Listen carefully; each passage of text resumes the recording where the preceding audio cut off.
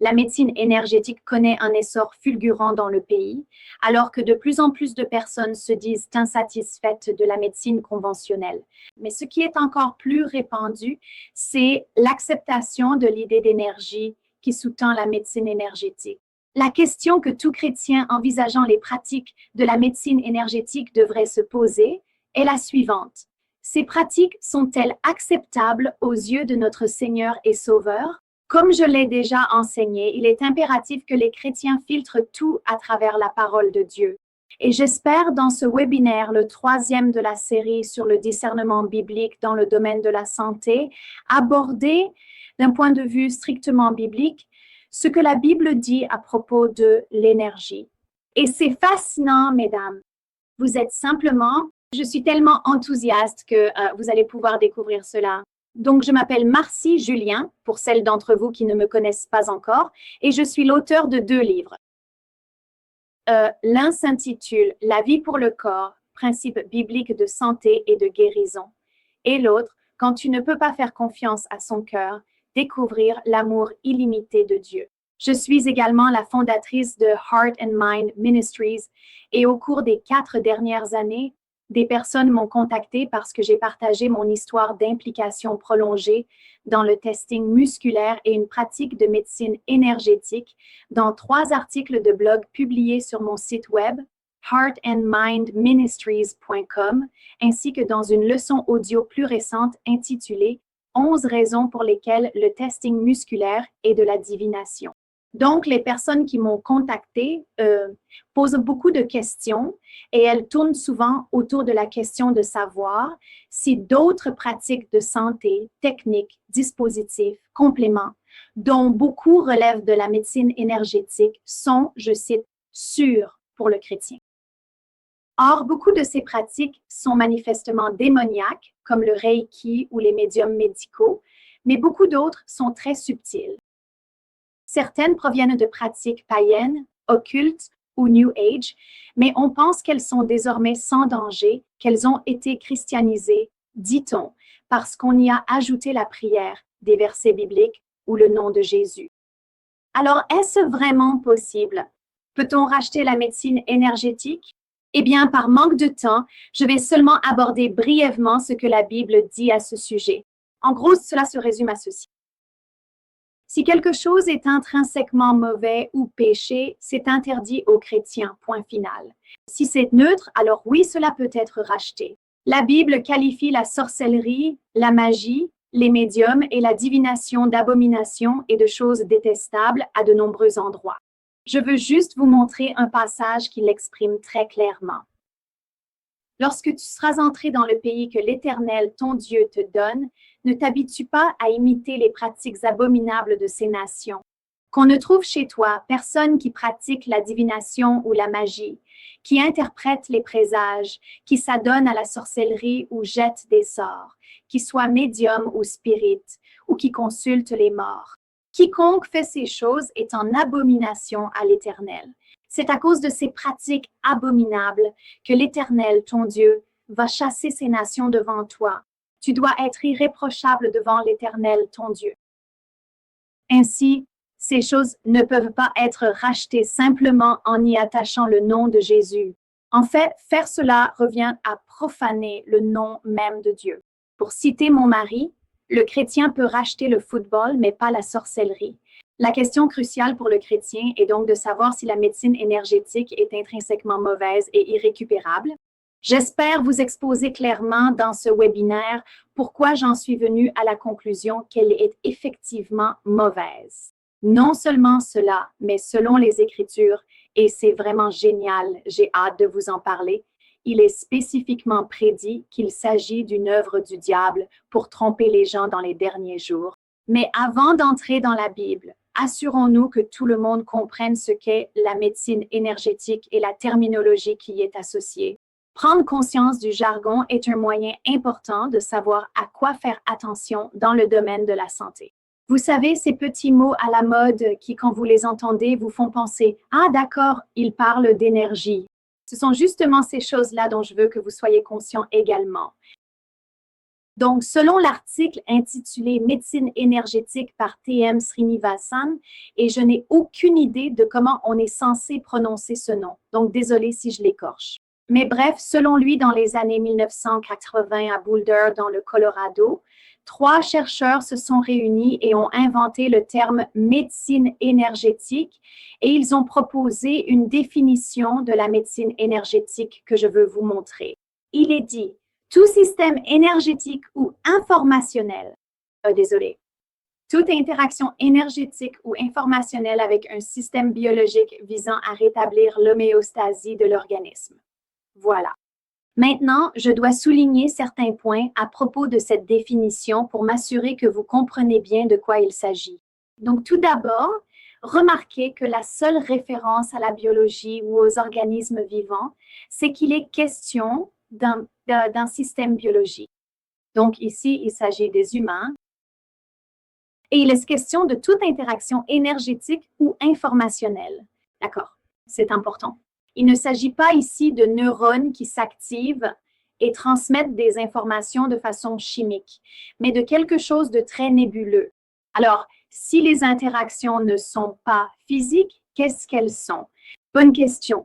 C'est d'ailleurs une des raisons pour lesquelles il est, au mieux, difficile d'expliquer scientifiquement ces pratiques. D'accord. Donc, pour revenir à la définition, il y a un autre terme sur lequel je veux attirer votre attention. L'homéostasie. Le mot plus couramment utilisé que vous entendrez, c'est équilibre. Le concept d'équilibre est un objectif fondamental de la médecine énergétique. La croyance veut que lorsque cette chose nébuleuse appelée énergie est déséquilibrée dans un organisme vivant, la santé en pâtit. Et il existe des études scientifiques qu'ils citeront pour affirmer que cela est vrai. On dit qu'un manque d'homéostasie ou d'équilibre peut être causé par toutes sortes de choses. Le stress, les traumatismes émotionnels, la toxicité, les champs électromagnétiques, le manque de nutrition ou d'exercice approprié, un air de mauvaise qualité, les personnes que vous rencontrez qui ont une énergie négative, les couleurs, vos propres pensées négatives et en fait, n'importe quoi, parce que c'est quelque chose de nébuleux, l'énergie. Et c'est tout autour de vous. Bien que la médecine énergétique traite des affections physiques et utilise souvent des moyens physiques, tout est fait avec un seul objectif fondamental en tête, restaurer l'équilibre ou l'homéostasie, non pas au corps, mais à l'énergie dans le corps, au flux d'énergie. C'est important à comprendre, c'est le but. Maintenant, une autre explication couramment entendue de la médecine énergétique se trouve dans un article intitulé « Ce que tout le monde devrait savoir sur la guérison énergétique » par Marcy Baron et Roxana Namavar. Et ils énoncent certaines choses qui sont intéressantes. Elle dit « La guérison énergétique est une pratique holistique qui active les systèmes énergétiques subtils du corps pour éliminer les blocages. » Ce mot « blocage » est un mot clé, encore une fois, que vous allez beaucoup entendre en médecine énergétique. En brisant ces blocages énergétiques, la capacité inhérente du corps à se guérir lui-même est stimulée. Donc, ils disent la même chose que l'autre définition, sauf qu'ils se concentrent un peu sur... Ils utilisent un nouveau mot à la mode que je voulais que vous connaissiez. Maintenant, pour mieux expliquer cela, laissez-moi vous donner un exemple théorique qui illustre la différence entre l'approche utilisée en médecine traditionnelle, qui, gardée à l'esprit, est basée sur des interactions biochimiques, et celle de la médecine énergétique, dont la fondation repose sur des interactions énergétiques et informationnelles.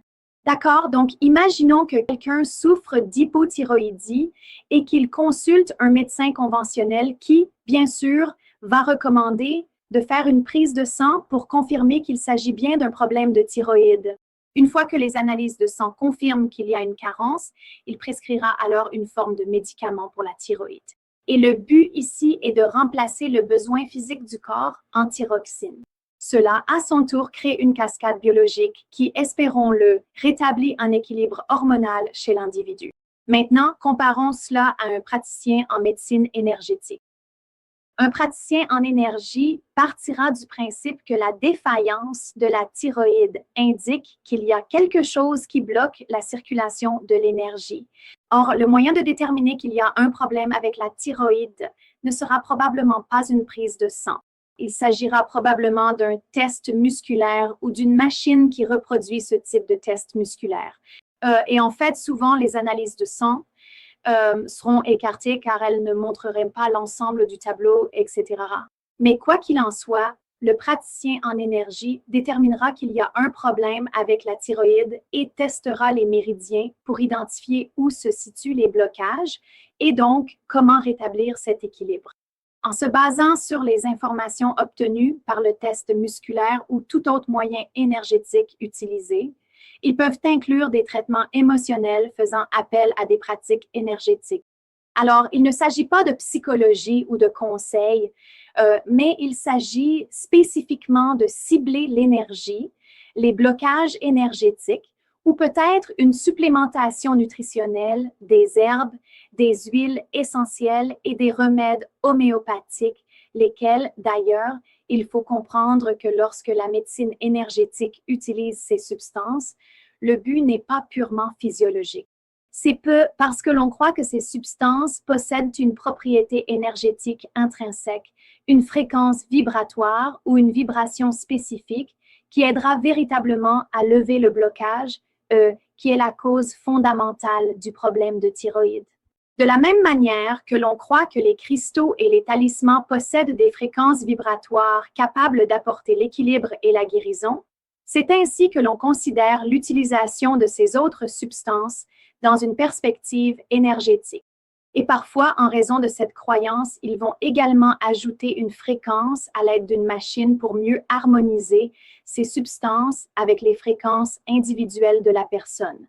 D'accord, donc d'autres pratiques qu'un praticien énergétique pourrait utiliser incluent le changement de croyance erronée, l'alignement du corps, le nettoyage de l'environnement de la personne, la détoxification, etc. Mais il est important de comprendre que chaque étape du traitement reposera probablement sur des pratiques énergétiques pour confirmer que vous progressez dans la suppression de ces blocages énergétiques en utilisant le test musculaire ou une machine qui est censée mesurer les fréquences et donner une réponse énergétique sur ce qui se passe dans le corps. Quel que soit le traitement choisi, l'objectif n'est pas d'obtenir un changement cellulaire, mais un changement homéostatique de l'état énergétique, ce qui, en théorie, apporte la santé. D'accord, maintenant, beaucoup de personnes dans la médecine énergétique ne cherchent même pas à dissimuler, cacher ou édulcorer la nature de ce domaine ou ses origines évidentes. Avant de lire une citation tirée d'un site web appelé Energy Medicine University, avant de lire cette citation, c'est ce que je voulais dire, provenant d'Energy Medicine University. Je voudrais attirer votre attention sur quelque chose. Certains essaient de faire croire, et je sais que vous êtes probablement, si vous connaissez un peu la médecine énergétique, vous êtes familier avec cela. Certains essaient de faire croire que l'énergie n'est qu'un autre mot pour désigner la nature électrique des choses, ce qui d'ailleurs est une réalité pour les êtres vivants. Cependant, l'énergie est bien plus que cela. Et donc, j'espère que vous resterez avec moi car vous entendrez pourquoi j'en arrive à cette conclusion. Mais dans cette première citation, vous allez voir cela et c'est écrit par quelqu'un qui explique les origines de la médecine énergétique et ils n'essaient pas de cacher ou d'édulcorer ce point de vue. D'ailleurs, ce ne sont pas des croyants. Ils font la promotion de la médecine énergétique. D'accord. Il est écrit la médecine énergétique inclut tous les concepts d'énergie, de lumière, de son, d'électromagnétisme, de corps, d'esprit et d'âme, en plus des concepts centraux de la physiologie électrochimique. Les anciennes traditions de force vitale ou d'élan vital se retrouvent couramment dans les discours sur la médecine énergétique, de l'alchimie taoïste. D'ailleurs, si vous cherchez cela, c'est vraiment quelque chose d'effrayant. De l'alchimie taoïste et de la médecine chinoise vient le principe du qi avec ses cycles et flux cosmiques et microcosmiques à travers les canaux ou méridiens du corps physique. Du yoga hindou vient le souffle ou prana. Maintenant, je veux que vous reteniez cela, car nous allons beaucoup entendre parler du souffle dans la Bible dans un instant. Le yoga hindou apporte le souffle ou prana et les principes de multiples vortex d'énergie dans le corps, les chakras, et surtout les concepts de multiples corps, au-delà du corps physiologique de chair et de sang, conçu dans divers systèmes comme des couches, tels que le corps éthérique, le corps astral, le corps émotionnel, le corps mental et les corps spirituels. Eh bien, c'était un vrai pavé. Après avoir entendu cela, j'espère qu'il y a beaucoup de signaux d'alarme qui retentissent dans le cœur de chaque chrétien en ce moment. Voilà les origines pures et dures de la médecine énergétique. Cependant, au cas où vous penseriez que j'ai simplement sélectionné ce qui m'arrangeait et que je suis allée chercher la pire chose possible pour illustrer, vous savez, les méfaits des origines de la médecine énergétique, j'aimerais que vous écoutiez un extrait d'un article intitulé Les 6 piliers de la médecine énergétique, écrit par un orateur, écrivain et homme intelligent incroyablement doué, qui est un leader du mouvement de la médecine énergétique. Il s'appelle Dr. David Feinstein. Il est titulaire d'un doctorat en psychologie clinique et il est le directeur national de l'Energy Medicine Institute, à ne pas confondre avec la médecine énergétique, peu importe ce dont je vous ai parlé il y a une minute. Basé à Ashland, dans l'Oregon, il a rédigé un article scientifique intitulé « Les 6 piliers de la médecine énergétique ». Mais en plus de cet article, il est également l'auteur de 7 livres et de plus de 50 articles professionnels. Il a également enseigné à la faculté de médecine de l'université Johns Hopkins et à l'Antioch College. Son expérience clinique est évidente lorsqu'on lit cet article, puisqu'il cite 73 sources, dont beaucoup sont des études scientifiques. Son intention est claire. Il souhaite expliquer ce qu'est la médecine énergétique et les preuves qui la soutiennent, et il le fait très bien. Mais il tente aussi de détourner l'attention des fondements spirituels de la médecine énergétique et de la rendre scientifiquement plausible en remplaçant le jargon à connotation spirituelle par des termes plus neutres.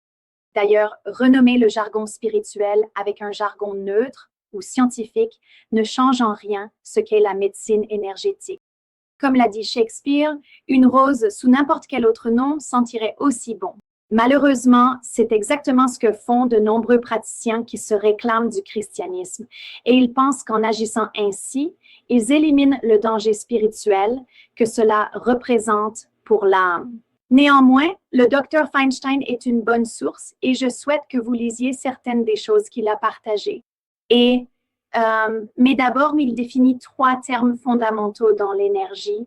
Les auras, qu'il renomme biochamps, les chakras, qu'il renomme champs locaux, et les méridiens, qu'il renomme voies énergétiques. Alors, parlons de ces 3 choses, car c'est ce qui se passe en médecine énergétique, ce en quoi il croit. Premièrement, le biochamp, qui est aussi généralement appelé aura.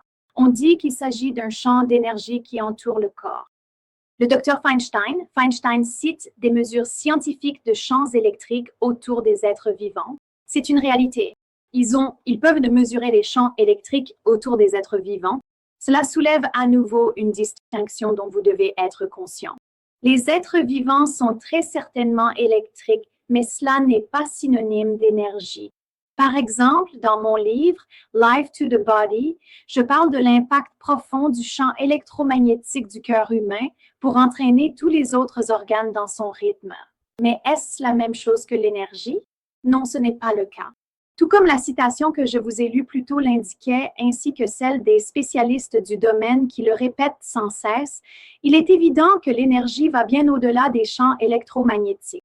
En ce qui concerne les auras, la croyance dans les auras fait partie intégrante de l'occultisme, en particulier dans les enseignements du Nouvel Âge, la Wicca et la sorcellerie, qui sont tous condamnés dans les Écritures comme étant abominables aux yeux de Dieu. Il convient de noter que l'épouse du Dr. Feinstein, également sa partenaire dans la promotion de la médecine énergétique avec lui, ils animent ensemble des séminaires, etc., s'appelle Donna Eden.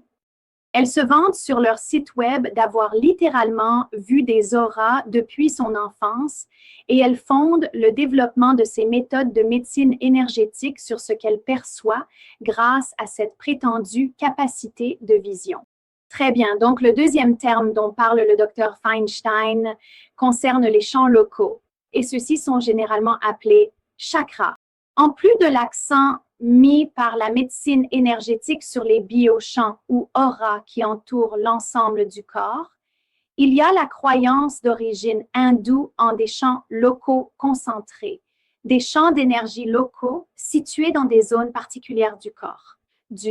Cela concernerait donc différents organes, différentes parties du corps.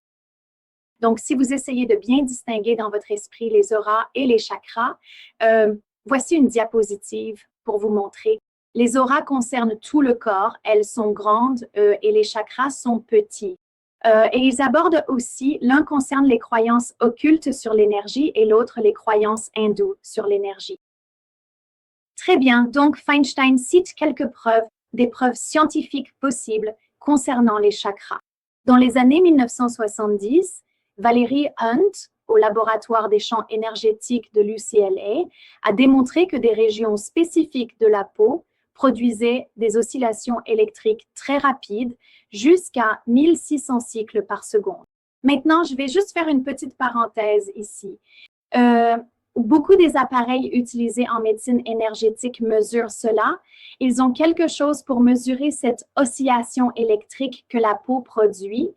D'accord, donc elle a remarqué qu'il y avait 1600 cycles pour la peau, contre 0 à 100 cycles dans le cerveau, 225 dans les muscles et 250 dans le cœur, et que ces domaines d'énergie locaux correspondaient aux descriptions hindoues des chakras du corps. Les hindous considèrent les chakras comme des vortex d'énergie biophysique. Et ceux-ci sont un point central dans la pratique du yoga et abordés dans divers systèmes de guérison. D'accord, alors qu'est-ce que Feinstein conclut à propos des chakras? C'est très intéressant. Il conclut que les fonctions spirituelles attribuées aux chakras reposent sur la manière dont on pense qu'ils sont accordés à des concepts métaphysiques tels que les mémoires ancestrales, les vies antérieures et les archétypes. Cela ne semble pas très bon pour le chrétien, n'est-ce pas? Eh bien, le troisième terme fondamental en continuant est les méridiens, et cela révèle également les racines spirituelles de la médecine énergétique, qui sont expliquées et renommées par Feinstein. Il les appelle voies énergétiques. Et je voudrais vous montrer une citation de lui à ce sujet. Un troisième système énergétique global qui semble réguler le flux d'énergie spécifique dans le corps correspond aux voies énergétiques appelées méridiens en médecine traditionnelle chinoise et également décrites dans diverses autres traditions de guérison. Au fait, savez-vous ce que signifie Qi? Énergie universelle? Très bien. Nous avons maintenant également la religion chinoise orientale ici. Le Dr Feinstein conclut sa discussion sur les méridiens en tirant des conclusions très intéressantes. Il admet qu'il existe un désaccord quant à l'origine des méridiens. Il suggère qu'ils pourraient être des champs électromagnétiques extrêmement faibles, ce qui expliquerait pourquoi ils ne peuvent pas être mesurés directement.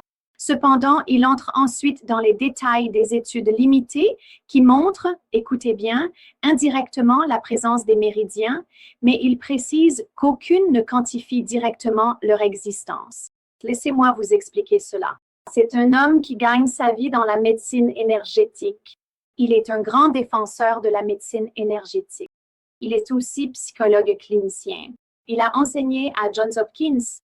C'est un homme brillant qui a étudié la recherche et il présente cet article pour justifier, pour expliquer les preuves en faveur de la médecine énergétique. Et quelle est sa conclusion? Il dit, vous ne pouvez pas quantifier directement leur existence.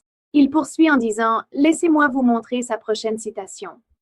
Il dit, ils ne correspondent à aucune structure connue dans les systèmes circulatoires, lymphatiques ou nerveux, et les méridiens et points d'acupuncture ne sont même pas, écoutez ceci, même stables dans leur forme, leur taille ou leur emplacement sur la peau.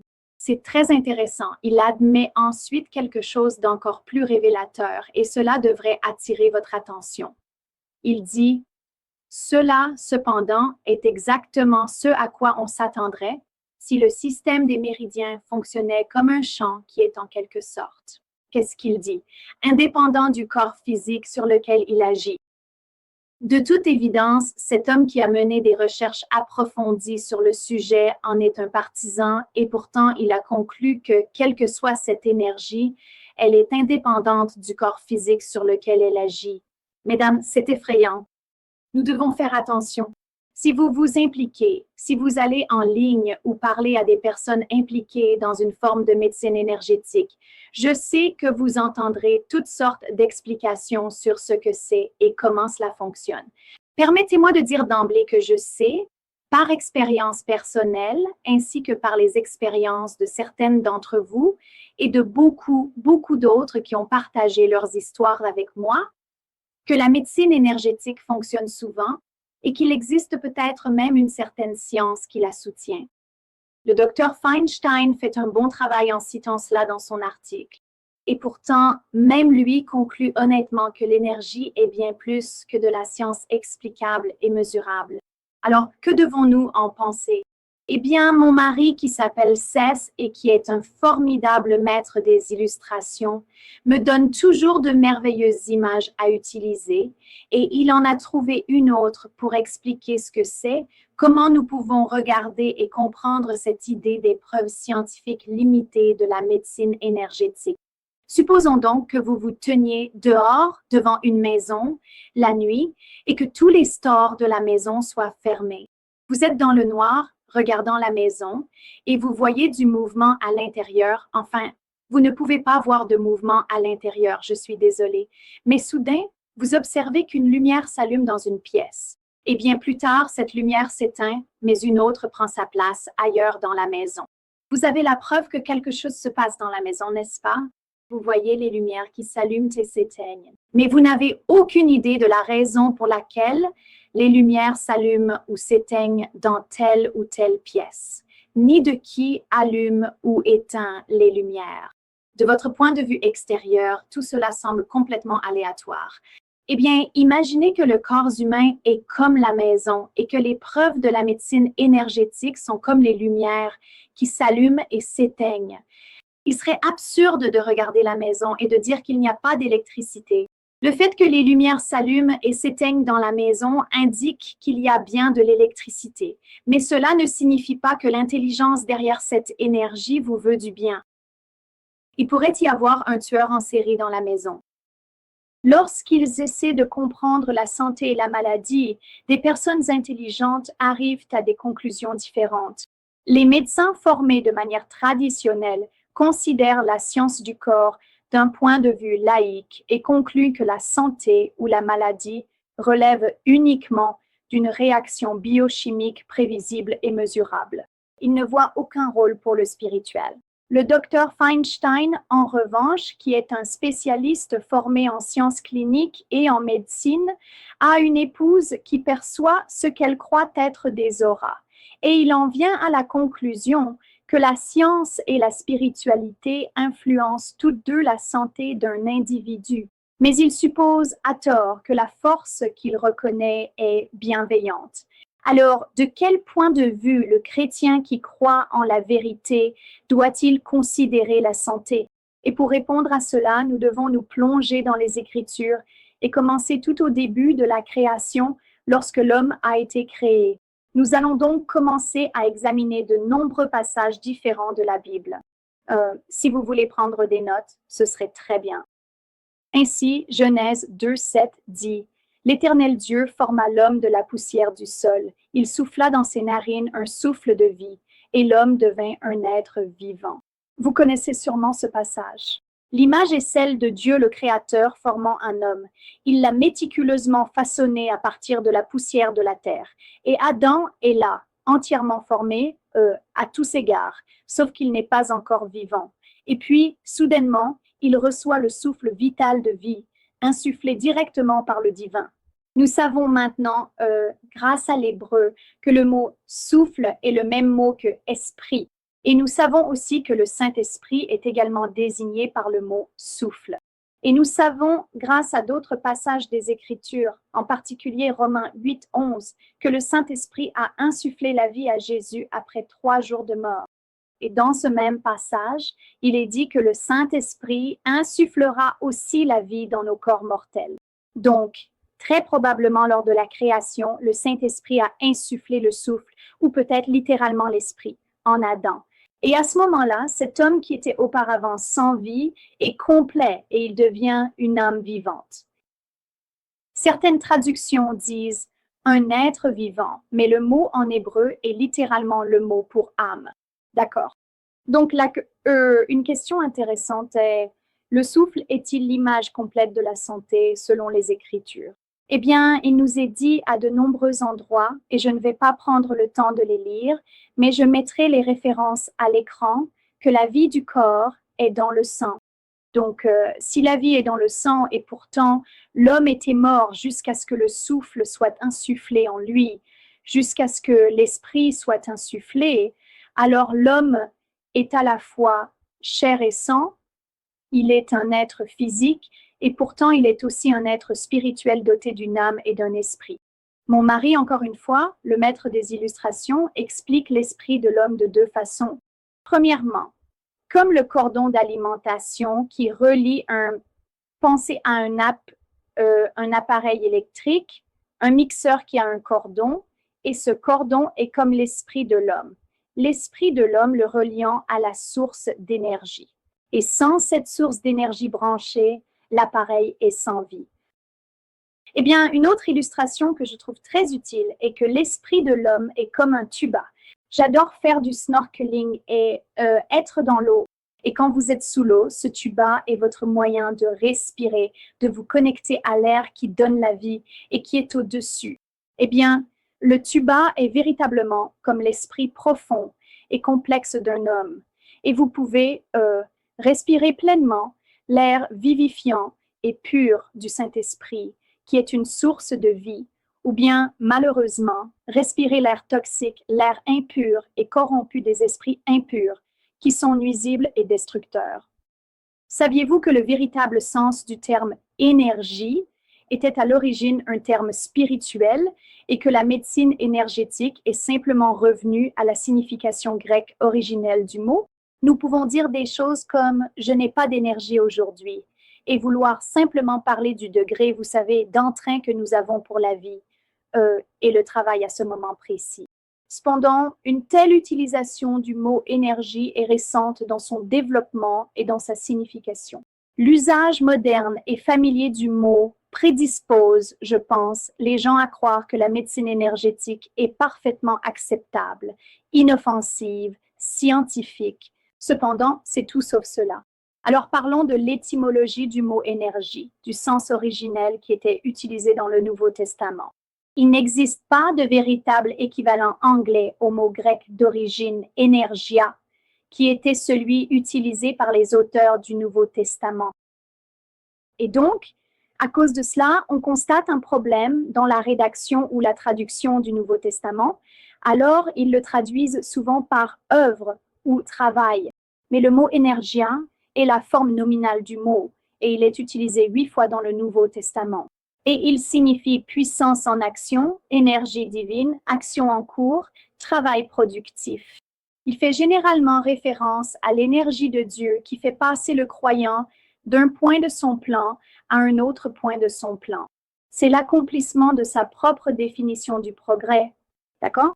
Et puis, la forme verbale est énergéo, et cela signifie de façon très similaire au nom, être à l'œuvre, agir à nouveau, c'est-à-dire exercer une influence active et produire un effet concret.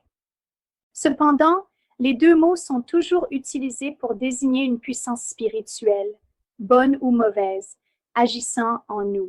Mais ni la forme nominale ni la forme verbale d'énergie ne sont jamais, au grand jamais, utilisées dans la Bible pour faire référence à la puissance humaine ou à quoi que ce soit de physique et d'humain.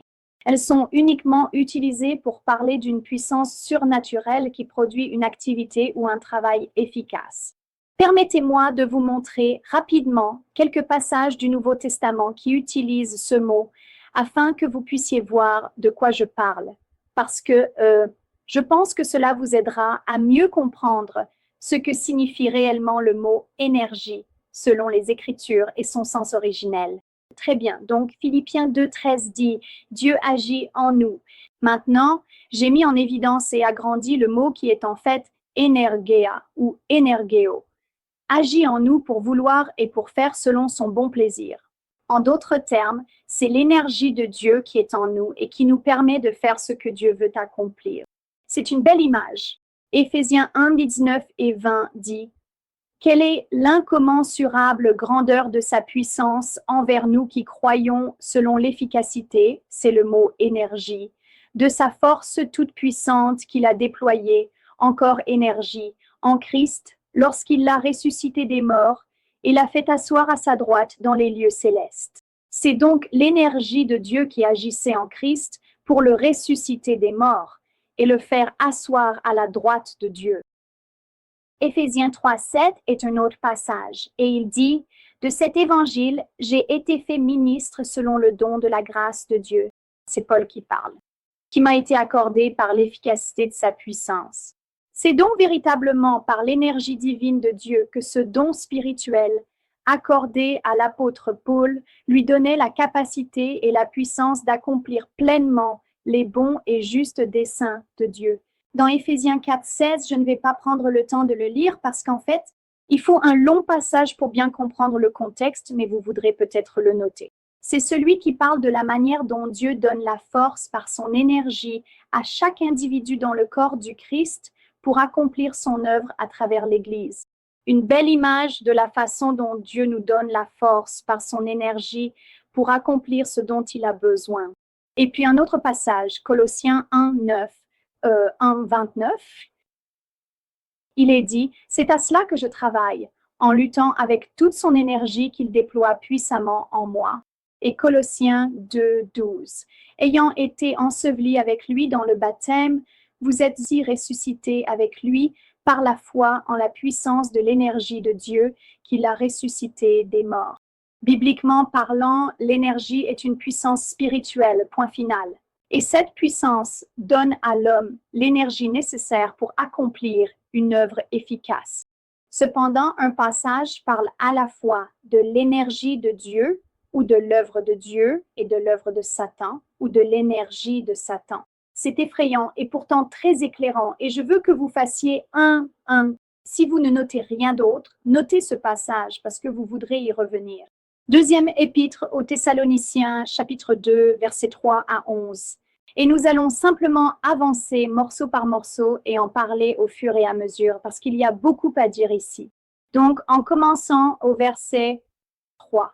Que personne ne vous séduise d'aucune manière, car il faut que l'apostasie soit arrivée auparavant et qu'on ait vu paraître l'homme du péché, le fils de la perdition. Alors, qui est cet homme du péché? Eh bien, l'Antéchrist. Donc, il s'agit d'un passage qui met en garde sur ce à quoi s'attendre dans les derniers jours. Et il se concentre sur l'Antéchrist, mais il y a plus que cela, alors restez avec moi. C'est un avertissement, une mise en garde contre la tromperie à venir. Le jour final du jugement approche, mais pas avant que l'impie, l'Antéchrist, ne soit arrivé. D'accord? Alors continuons. Verset 4. Il, c'est-à-dire l'Antéchrist, s'opposera et s'élèvera au-dessus de tout ce qu'on appelle Dieu ou de tout ce qui est adoré, au point de s'asseoir dans le temple de Dieu, se proclamant lui-même Dieu. Ne vous souvenez-vous pas que lorsque j'étais avec vous, je vous disais ces choses, et maintenant, vous savez, c'est intéressant. Et maintenant, vous savez ce qui le retient, afin qu'il soit révélé en son temps, car le mystère de l'iniquité agit déjà. Et là, vous avez pour la première fois le mot énergie, utilisé non pas pour faire référence à l'énergie de Dieu, pour accomplir une œuvre efficace, mais à l'énergie de Satan.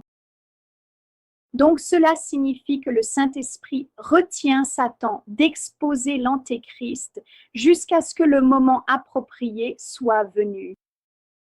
Pour la première fois, comme je l'ai dit, cela fait référence à l'énergie de Satan. Maintenant, alors que nous continuons à lire, gardez à l'esprit que Alors que ce passage décrit les choses que Satan va permettre à l'homme sans loi d'accomplir, le verset vient de dire que la puissance de l'iniquité agit déjà à notre époque. Je voulais m'assurer que vous aviez bien vu cela. Oui, car le mystère de l'iniquité agit déjà. En d'autres termes, Satan, l'Antéchrist a été retenu, mais Dieu a permis que l'énergie de Satan soit désormais à l'œuvre afin de faire régner l'iniquité sur la terre. D'accord, donc poursuivons la lecture. Un peu trop. Et alors paraîtra l'impie que le Seigneur Jésus détruira par le souffle de sa bouche. Intéressant, encore une utilisation de ce mot souffle. Le souffle de sa bouche est détruit par la splendeur de son avènement. L'avènement de l'impie se fera selon quoi? Comment Satan agit ou l'énergie de Satan. Et que fera cette énergie? Qu'est-ce que cela va provoquer? Il usera de toutes sortes de miracles, de signes et de prodiges mensongers. Donc, encore une fois, Energeia est utilisée en référence au pouvoir de Satan pour accomplir ses desseins. Quelle est la façon dont Satan agit? Toutes sortes de démonstrations de puissance à travers des signes et des prodiges qui servent un mensonge. Dans la première partie du webinaire, Satan et ses démons m'ont-ils rendu malade? J'ai montré à partir des Écritures que Satan contrefait les signes et les prodiges. Dans le domaine de la santé, cela peut prendre la forme de maladies et de symptômes qui imitent de véritables affections physiques, mais qui n'en sont pas. Il ne s'agit que d'un tourment démoniaque qui est tout aussi puissant, tout aussi réel, tout aussi physiquement terrible, mais qui a une origine démoniaque. Et puis, parce que cette maladie ou ce symptôme est causé purement dans le domaine démoniaque, Satan peut alors, entre guillemets, guérir, simplement en retirant l'épine de l'oppression démoniaque en coordination avec les pratiques de santé que Satan contrôle déjà, la médecine énergétique. Cela crée une puissante illusion qui égare beaucoup de personnes. Je suis convaincue que cela se produit et que cela se produit constamment dans le domaine alternatif de la santé. Si vous pensez que je me trompe, lisons davantage le passage de 2 Thessaloniciens. Pendant que je continue à lire, je veux que vous prêtiez attention aux références à la perdition. On pourrait supposer que ce mot ne fait référence qu'à l'état éternel de l'homme, mais je crois que c'est probablement une mauvaise supposition. Souvent, les références bibliques à la vie et à la mort sont doubles. Elles incluent à la fois l'ici et le maintenant, ainsi que l'éternité. Et je pense que ce passage fait référence à la perdition selon ce même schéma double. Alors lisons la suite et voyons ce que dit le passage. La venue de l'homme sans loi se fera conformément à l'action de Satan. Il usera de toutes sortes de démonstrations de puissance par des signes et des prodiges mensongers et par toutes les manières dont la méchanceté trompe ceux qui périssent. Ils périssent parce qu'ils refusent d'aimer la vérité pour être sauvés. Il y a beaucoup de choses dans ces versets, alors décomposons-les. Tout d'abord, l'énergie de Satan va produire toutes sortes de démonstrations de puissance qui servent un mensonge pour tromper ceux qui périssent. Et pourquoi périssent-ils? Parce qu'ils refusent d'aimer la vérité et d'être sauvés. Je crois qu'il n'est pas anodin que la médecine énergétique soit apparue récemment et qu'elle égare beaucoup de gens par des guérisons inexpliquées. Peut-on vraiment croire qu'il s'agisse d'une coïncidence si ce passage met en garde contre l'énergie de Satan dans les derniers jours et la montée de la médecine énergétique? C'est par les pratiques de la médecine énergétique que des personnes malades en train de périr sont trompées, alors que s'ils avaient seulement aimé la vérité, ils auraient pu être sauvés. Mais ce n'est pas tout. Si nous continuons la lecture, le verset 11 utilise une fois de plus la forme nominale du mot énergie, mais cette fois, il revient à parler de l'énergie de Dieu. Voyons donc ce qu'il est écrit. Ils périssent parce qu'ils n'ont pas accueilli l'amour de la vérité pour être sauvés. C'est pourquoi Dieu leur envoie une puissance d'égarement. Ce mot puissance est en fait énergie, l'énergie de Dieu. Une puissance d'égarement afin qu'ils croient au mensonge. Pensez-y un instant. En d'autres termes, le Dieu souverain de l'univers son énergie, qui, souvenez-vous, est la puissance derrière la manière dont Dieu agit pour accomplir quelque chose, est en fin de compte à l'origine du fait que l'énergie de Satan puisse se manifester dans les derniers jours. Eh bien, pourquoi Dieu ferait-il cela? Lisons la suite au verset 12 pour avoir la réponse. Il est écrit « afin que tous soient condamnés ou jugés ». C'est le sens littéral en grec. Ceux qui n'ont pas cru à la vérité, mais qui ont pris plaisir à l'injustice. Ainsi, le fait que Dieu permette à Satan d'utiliser son énergie dans ces derniers jours est une épreuve. C'est destiné à séparer le bon grain de l'ivraie. C'est destiné, avant le jugement final, à déterminer qui aime la vérité et ne se laissera pas tromper par un mensonge pour se complaire dans l'injustice. As-tu choisi de croire à un mensonge? Certes, il se peut que ce soit un mensonge puissant et crédible, mais c'est assurément un mensonge qui te conduira à ta perte. Moi aussi, j'ai autrefois été trompée par de fausses guérisons qui se produisaient grâce à des tests musculaires et à un traitement de médecine énergétique pour les allergies. Je sais que lorsque vous êtes malade et que vous souffrez énormément, ou lorsque ce sont vos enfants qui souffrent, vous devenez désespéré et prêt à accepter n'importe quelle aide.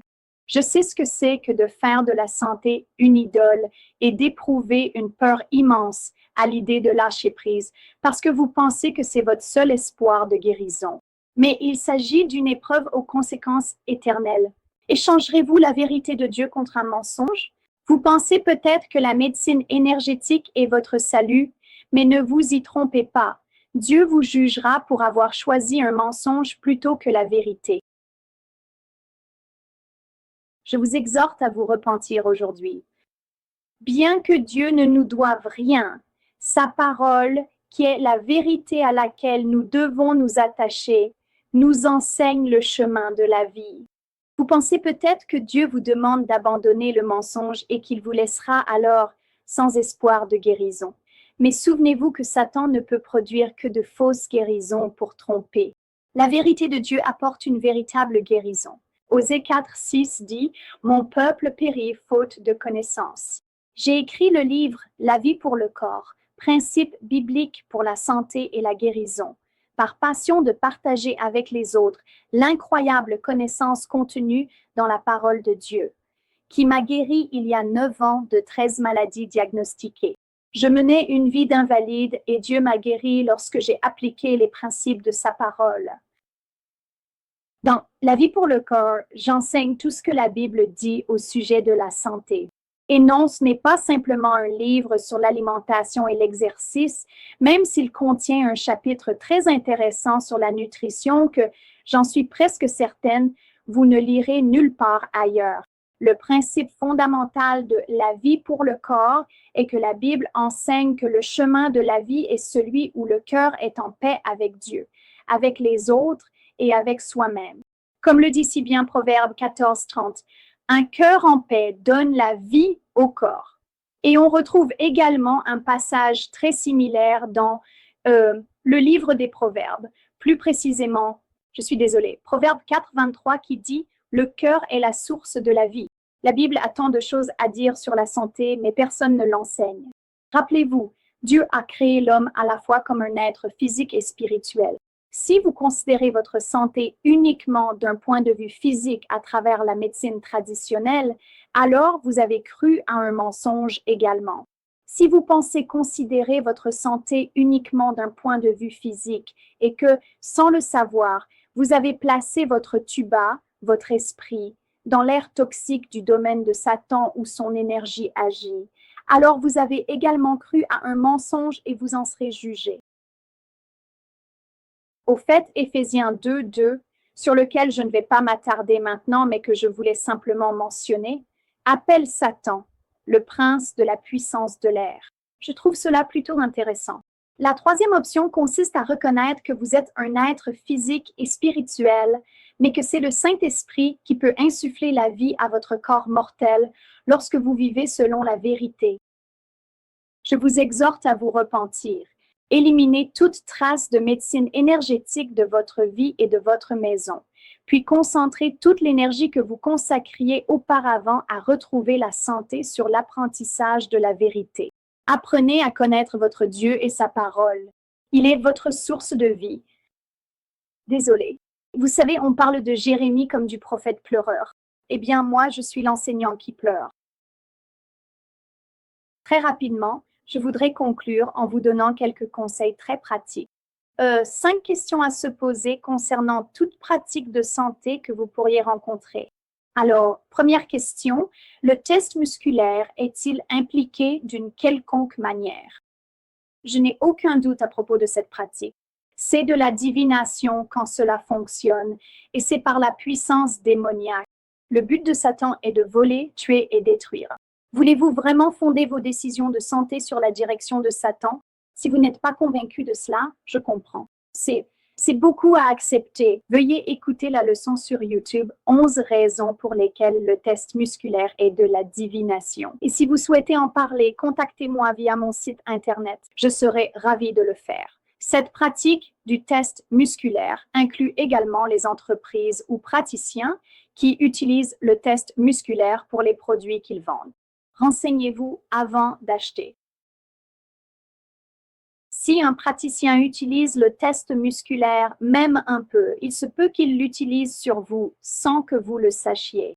Ce n'est pas rare, parce que le test musculaire ne repose pas réellement sur la réponse d'un muscle, mais sur une activité démoniaque. La réponse, entre guillemets, réponse, peut venir spontanément au praticien doué. J'ai moi-même vécu cela lorsque je l'utilisais.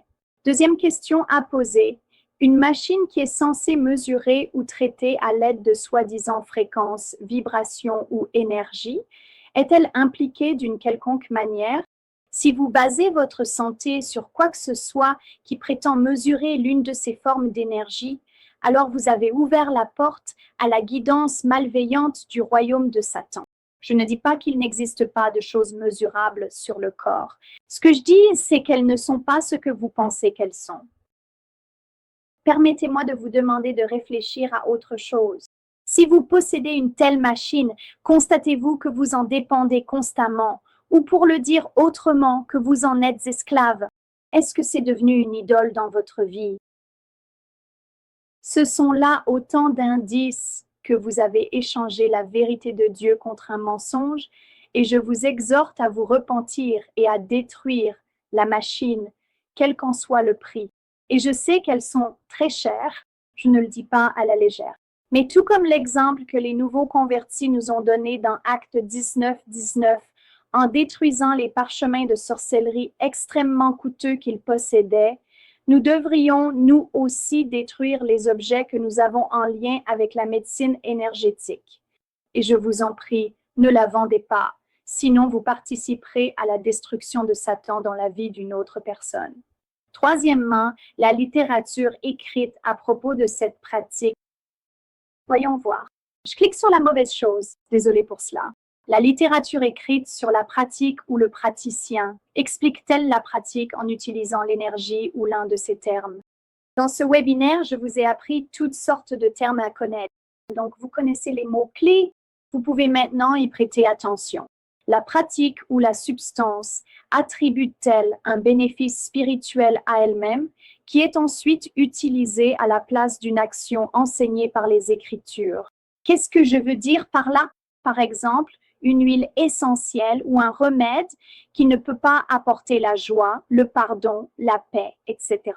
Un autre exemple est le tapping, tout en disant des choses positives ou même des versets bibliques afin de gérer l'anxiété.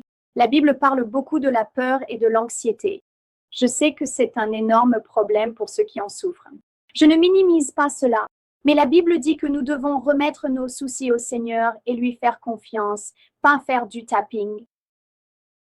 Si nous luttons contre l'anxiété, alors il est temps d'être transformés par le renouvellement de notre esprit à travers la vérité de la parole de Dieu. Passez plus de temps dans la parole de Dieu. Méditez là-dessus. Laissez le Saint-Esprit habiter en vous et amener cette parole à une transformation dans votre esprit. Peu importe. Le dernier des 5. Peu importe ce que disent les autres ou Internet, ressentez-vous un sentiment persistant d'incertitude ou de malaise concernant la pratique que vous envisagez? Encore et encore, la Bible affirme que notre Dieu est un Dieu de paix. Jésus est le prince de la paix et le Saint-Esprit apporte la paix. Si la paix vous manque lorsque vous pensez à cette pratique ou que vous êtes impliqué dans quelque chose, alors considérez simplement cela comme une réponse. Rappelez-vous, l'énergie est bien plus que les propriétés électromagnétiques des choses. C'est, et cela a toujours été, une puissance spirituelle à l'œuvre chez les humains pour accomplir quelque chose. Je vous exhorte à laisser l'énergie de Dieu vous fortifier et à ne pas ouvrir la porte à des interférences spirituelles dans les processus de santé à travers la médecine énergétique. Dieu vous met à l'épreuve en ces derniers jours. Allez-vous aimer la vérité ou croire les mensonges du trompeur? Merci beaucoup de m'avoir rejoint ce soir. Que Dieu vous bénisse et vous garde alors que vous le cherchez.